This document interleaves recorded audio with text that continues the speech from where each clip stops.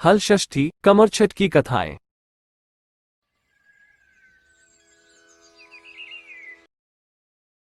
यह व्रत भाद्र कृष्णा षष्ठी को होता है। इस दिन श्री कृष्ण के बड़े भाई बलराम का जन्म हुआ था। बलराम जी के प्रधान शस्त्र हल और मूसल हैं, इसलिए उन्हें हलधर भी कहते हैं। उन्हीं के नाम पर इस व्रत का नाम हल षष्ठी पड़ा। पूरे भारतवर्ष में इस त्योहार को और भी कई नामों से जाना जाता है, जैसे लली छठ, चंद्र छठ, बलराम जयंती, बलदेव छठ, रंधन छठ, हल छठ, हर छठ व्रत, चंदन छठ, तिन छठी, तिन्नी छठ और ललई छठ। प्रायः पुत्रवती स्त्रियां ही यह व्रत रखती हैं। व्रत रखने वाली स्त्रियां उस दिन महुए का दातुन करती हैं। इस व्रत के उपवास में हल से जोता बोया हुआ गन्न या कोई फल नहीं खाया जाता। गाय का दूध दही भी मना है। केवल भैंस का दूध दही या घी ही काम में लाया जा सकता है।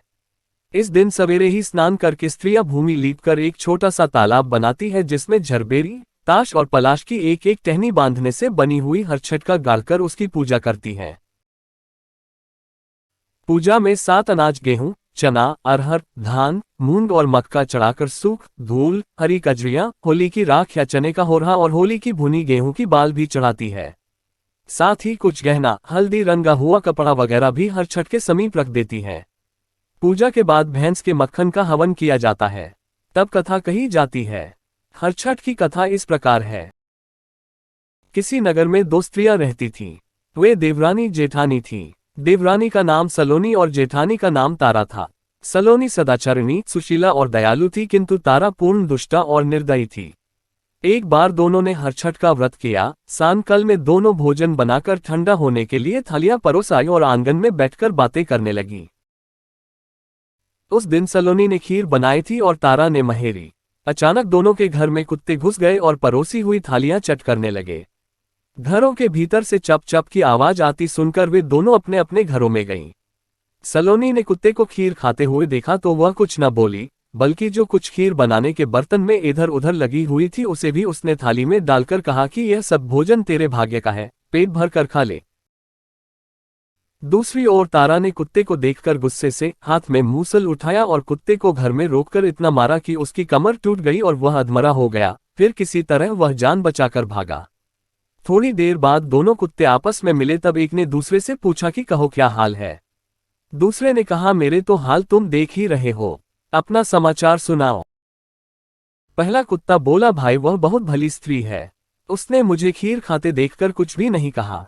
मैंने पेट भरकर भोजन किया और सुखपूर्वक चला आया। मेरी आत्मा उससे बार बार आशीर्वाद देती है और मैं भगवान से यही कामना करता हूँ कि मैं मरने के बाद उसी का पुत्र होकर जन्म लूं, ताकि जीवन भर उसकी सेवा करूं और जिस प्रकार आज उसने मेरी आत्मा तृप्त की है, वैसे ही मैं भी जन्म भर उसकी आत्मा को संतुष्ट करता रहूं। दूसरा कुत्ता बोला, भाई मेरी तो आज बड़ी दुर्गति हुई है। पहले तो थाली में मुंह डालते ही मुंह जल गया, फिर भी भूख के मारे 2-4 कौर मुंह में डालकर भागने ही वाला था कि वहां धमकी उसने तो मार मार कर मेरी कमर भी तोड़ दी। अब मैं ईश्वर से यही कामना करता हूं कि मरने के बाद मैं उसका पुत्र बनूं और उससे पूरा पूरा बदला लूं। उसने मूसल की मार से मेरी कमर तोड़ी है, किंतु मैं भीतरी मार से उसका हृदय और कमर दोनों तोड़ दूंगा। दैवयोग से दूसरा कुत्ता उसी दुख से मर गया और उसी स्त्री का पुत्र होकर जन्मा। दूसरे वर्ष जब हर छठ को घर घर पूजा हो रही थी, वह लड़का मर गया। तारा इससे बहुत दुखी हुई, किंतु मरने जीने पर किसी का क्या वश है, यही विचार कर उसने संतोष कर लिया। आगे का ये नियम सा हो गया कि हर साल उसके लड़का होता और ठीक हर छठ के दिन मर जाता। ऐसी दशा में उसे संदेह हुआ कि इसका कोई विशेष कारण अवश्य है। इसी प्रकार विचार करने के लिए वो विवश हो गई। सपने में उसी कुत्ते ने उसके सामने आकर कहा कि मैं ही हूं जो बार बार तेरा पुत्र होकर मर जाता हूं। तूने मेरे साथ जो दुर्व्यवहार किया था, अब मैं उसी का बदला तुझसे ले रहा हूं। स्त्री ने उससे पूछा कि अब किस प्रकार तू प्रसन्न हो वह बता, मैं वैसा ही करूंगी। कुत्ते ने उत्तर दिया कि अब से हर छठ के व्रत में हल्का जोता बोया अन्न या फल न खाना, गाय का दूध दही भी न लेना। यदि तू होली की भुनी बाल, होली की धूल आदि हर छठ की पूजा में चढ़ाएगी तो मैं तेरे घर में रहूंगा, वरना नहीं। पूजा के समय यदि तूने ये सब नियम किए तो समझना कि अब मैं रहूंगा।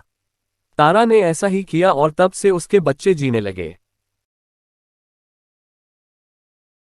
हमारे चैनल का उद्देश्य आप तक हिंदू धर्म की कथाएं, कहानियां, व्रत कथाएं और गीता, रामायण, वेद, पुराण, महाभारत आदि के प्रमुख प्रसंगों की जानकारी आप तक पहुंचाना है।